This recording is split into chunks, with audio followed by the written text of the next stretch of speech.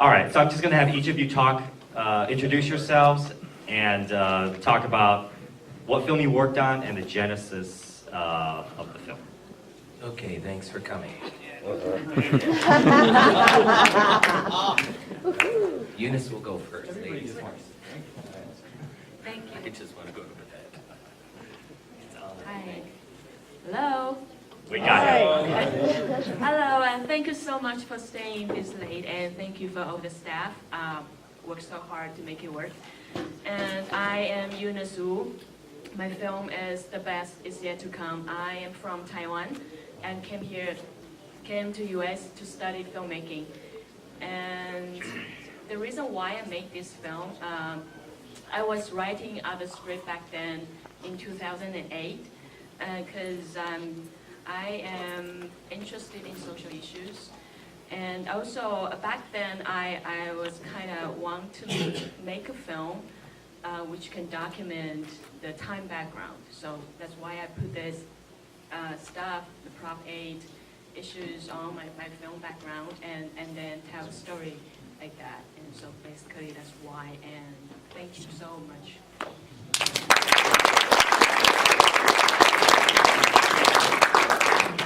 I'm Scott Eriksson and I'm white, but I make Asian films. I only make Asian films, but and people are weirded out that I'm white, so but that's okay.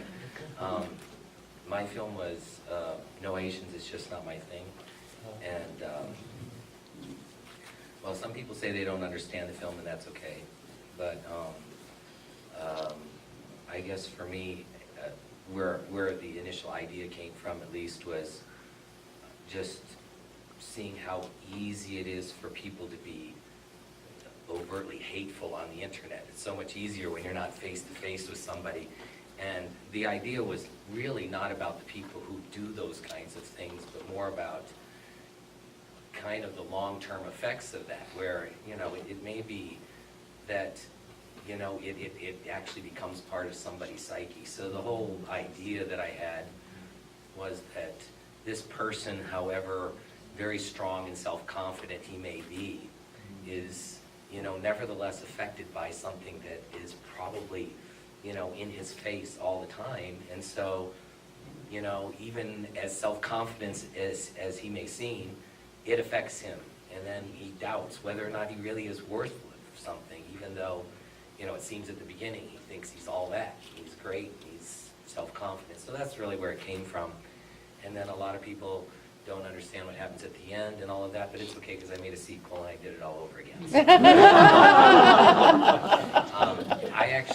I write a lot and I need to give my writing away. So I actually have 3 films that I've already filmed.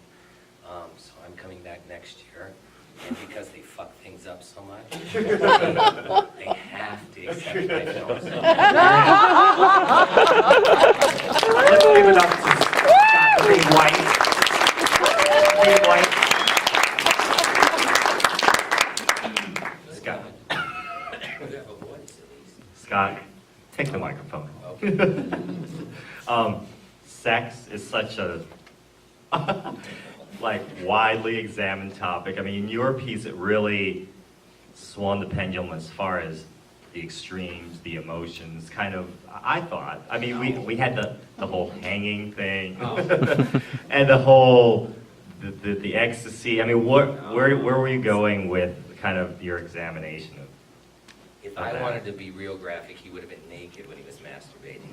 So, no. Well, there you go. But emotionally, though, Well, you know, what were you trying to get at? actually, I'm, you know, when I've been to film festivals and others who've seen it, I'm actually very surprised that people don't realize that it's autoerotic asphyxiation, because I thought that was just something everybody knew about. And I found out nobody knows about it, or very few people, but it, you know, there's been some high-profile people who have died from doing that. So a lot of people think, you know, he's just committing suicide, and I go, well, no, he's getting off. He's not. So that's something that has surprised me, at least, because, you know, where I was taking it was kind of, you know, these extremes of you know, what's going on in his head where he's gone to this extreme of feeling kind of worthless, and this extreme about how he feels about this person. So, I mean, that's just kind of what I was thinking with all of that, but people think different things when they see it, and that's okay too. But you know, I always tell people this, because actually I think this is good advice. My cinematographer told me when I was finishing the editing, I really went back and forth with how I was going to finish the end of the film. And he's a really gruff person, but he's really great. But he said to me, he said, Scott, you know, no matter what you do, people will love your film and they'll hate your film. So in the end, you just got to be happy with it. So I was like, okay, so I'll just do it my own way. And be what it'll be. All right, one question for Eunice, and then we'll throw it to any questions and then wrap it up. Eunice, why set it, and you mentioned it a little bit, why set it against the framework of Prop 8? And what, you know, what did that say about sort of the status of love and queer love, and just the fact that kind of you set it against that? I mean, in the scene you said, well, I guess we can't get married anymore, but you know, their love affair went on, but how does that kind of frame against Prop 8? Why did you decide to frame it that? There's no like big reason for that. I'm just thinking these everything can affect another thing, and things goes on and on. And I just think that Prop 8 ends up resulting like that. That might affect all me, gay and lesbian, transgender people, or the community, the friends, and just for that. And why I picked this is because back then, I still can remember I was in class. We have these camera and workshop during that day, and next day, and all my friends in my class, they were saying about like how well USA they elect Obama as president, but in California, probably got lost, and the thing is ironic, and all my friends they're thinking about making the films on these issues, but I wasn't writing a story like this. I was doing something else, and just during that Christmas season and the break, I went back to Taiwan and for the vacation. I was thinking maybe I can write another story on this, and ends up my graduation film project was a story like this. Any other questions? Go ahead. I have a question about the film about the auto asphyxiation. Were you at all ever concerned about the number of people who actually die trying to do that every year? Like even people who might see the movie and know what you're getting at, and also perhaps try it and like end up like David Carradine and actually die in the process.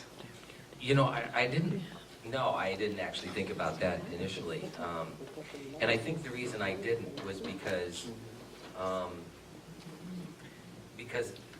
all of it was kind of a message about things that are wrong. So in my mind, all of it was all about things that were going on that were just affecting this person in a very negative way. So in my mind, I was thinking of it as a very negative kind of thing.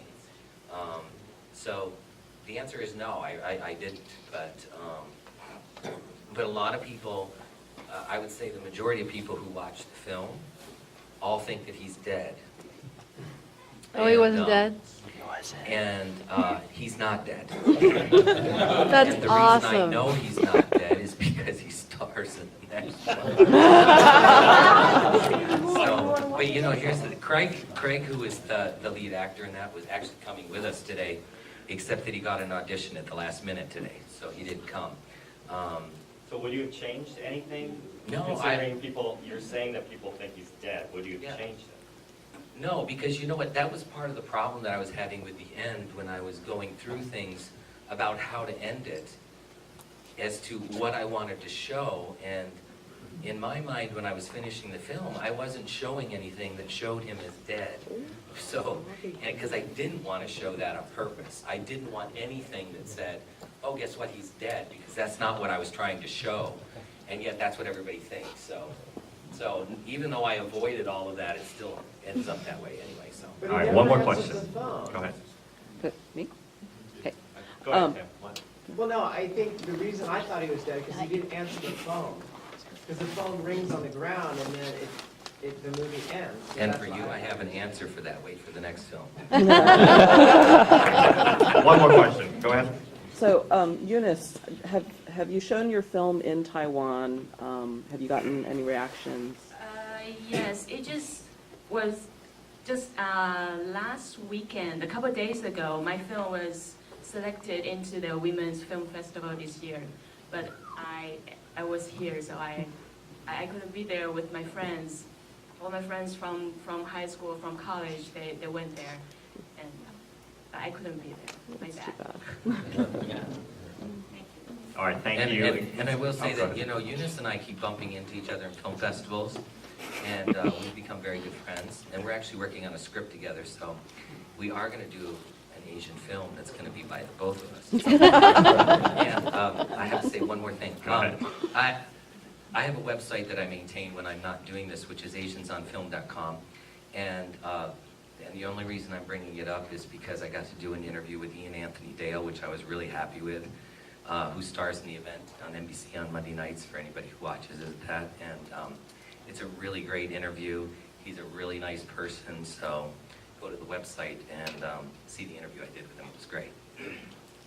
Okay. Thank you, guys. Give it up for our